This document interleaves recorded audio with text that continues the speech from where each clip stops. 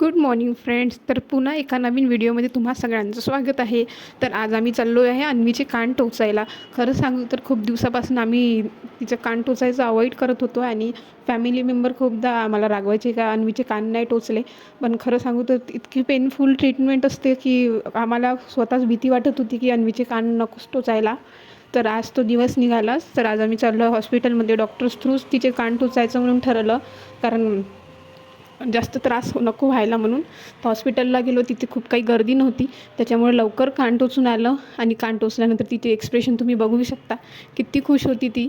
खूप काहीच त्रास झाला नाही, ज्यासाठी आम्ही खूप घाबरत होतो. तर असं काहीच नव्हतं.